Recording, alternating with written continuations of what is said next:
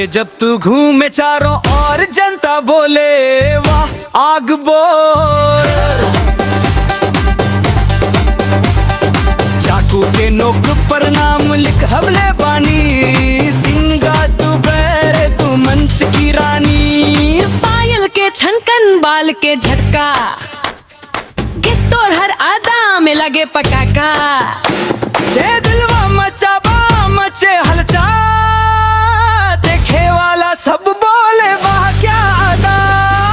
गिलास में साग ले लवा, चमेली के चाल से हो गए खास। राजा जी बोले तू तो जान ले ली हल्लू, अंच मेली हंस के कहे ले दिलवा मान ली हल्लू।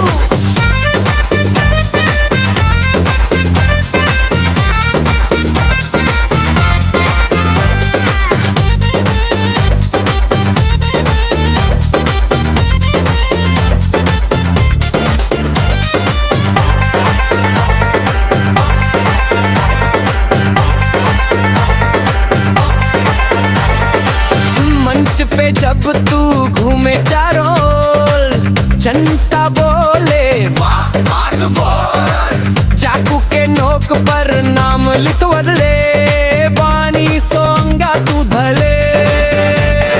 तू मंच की रानी है, पायल के छनकन बाल के झटक, तू गुरहरगा में लागे पटाखा। दिलवा मचाबा मचे हलचल भी खैर।